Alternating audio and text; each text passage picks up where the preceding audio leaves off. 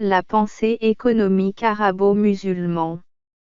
Al-Qassani, qui a rédigé un ouvrage célébré sur l'organisation du trésor public.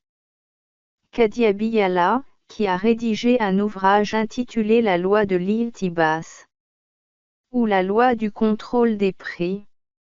Ibn Hazm, en Andalousie, qui a écrit 2 ouvrages, Al-Mo'alla et les juridictions sur les bases des juridictions. Ouvrages considérés à leur époque révolutionnaires sur la répartition de la richesse. La pensée économique arabo-musulman atteint au XIVe et au XVe siècle un niveau scientifique inégalé ou bien incomparable grâce à l'apport de 2 auteurs. Ibn Khaldoun au Maghreb, la théorie de la valeur. Al-Makrizi en Égypte, la disparition de la bonne gestion monétaire. Le mercantilisme s'est développé entre XVIe et XVIIIe siècle, dans 4 pays.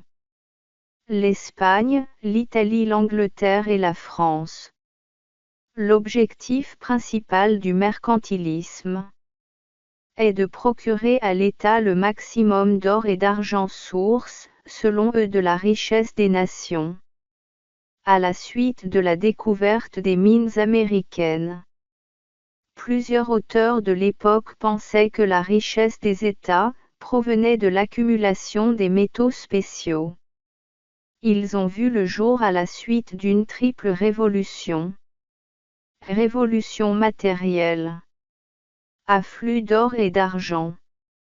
Révolution politique et sociale.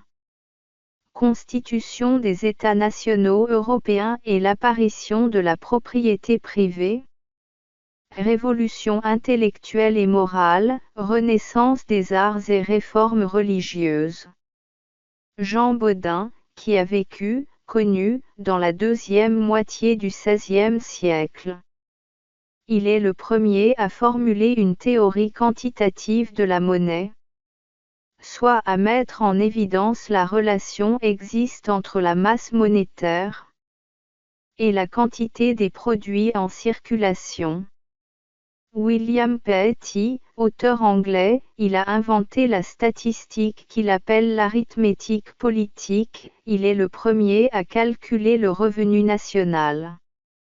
Thomas Gresham, 1519 à 1579, connu par sa fameuse loi. Loi de Gresham, la mauvaise monnaie chasse la bonne. Le mercantilisme, pourtant, quand même, échoué dans les politiques qu'il a proposées, l'accumulation des moyens de paiement sans contrepartie, suffisante en production de biens et services, débouchait, c'est-à-dire, menait rapidement sur l'inflation. Les principales idées des mercantilistes ce sont les métaux précieux qui expriment la richesse et la puissance des nations.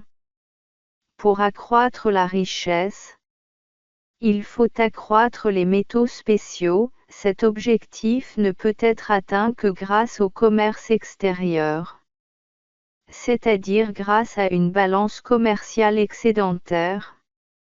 Le protectionnisme, politique économique visant à protéger l'économie nationale contre la concurrence étrangère, à partir de contrôler et limiter les produits étrangers. Le colonialisme, politique d'occupation, afin de développer des exportations, etc. L'interventionnisme, l'intervention de l'État, idée selon laquelle l'État doit intervenir dans les affaires économiques. La physiocratie.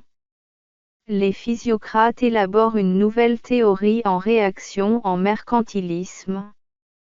Cette école née en France, XVIIIe siècle, est représentée par François Quesnay. Les physiocrates considèrent que les mercantilistes sont à l'origine des crises qui touchent le pays. La crise des finances publiques, la crise politique et la crise agricole. Il reproche aux mercantilistes d'avoir négligé l'agriculture et la nature au profit du commerce et de l'industrie. L'école physiocratique repose sur 3 principes. La richesse, le laisser-faire laisser-passer, l'ordre naturel.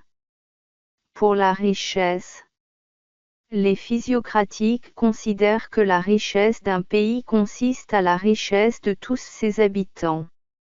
Il est formé de tous les biens qui satisfont un besoin. Il doit être produit par le travail, et que la seule activité réellement productive est l'agriculture, car une graine semée produit plusieurs graines. D'autre part, il considère que l'industrie et le commerce sont comme des activités stériles, improductives, inutiles, sans intérêt. Car elles se contentent de transformer les matières premières produites par l'agriculture. Finalement, la physiocrate distingue 3 classes d'agents économiques. La classe des paysans producteurs terriens. La deuxième classe, stérile, est composée des marchands et industriels. La troisième classe est celle des propriétaires. Pour le laisser-faire laisser-passer, les physiocrates ont opposé aux dispositions gouvernementales concernant les restrictions au commerce des blés. Plus généralement, ils affirment que la meilleure façon de maximiser la richesse de tous est de laisser chacun agir à sa guise selon ses moyens, et mettent au premier plan la liberté du commerce comme principe de politique économique. Les partisans du libre-échange reconnaissant les physiocrates comme des précurseurs du libéralisme économique. Pour l'ordre naturel. Selon les physiocrates, il existe un ordre naturel gouverné par des lois, qui reposent sur le droit naturel, et le rôle des économistes est de révéler ces lois de la nature. La liberté et la propreté sont des droits naturels que le souverain doit respecter et protéger. Le rôle du pouvoir est de garantir l'application du droit naturel. Il préconise aussi la baisse des impôts et la suppression de la multitude d'impôts. Mise en place d'une justice apte à juger les atteintes aux intérêts des particuliers. Le tableau économique de Quesnay montre une vision globale de l'économie française. Il établit des flux réels et monétaires entre les différents agrégats.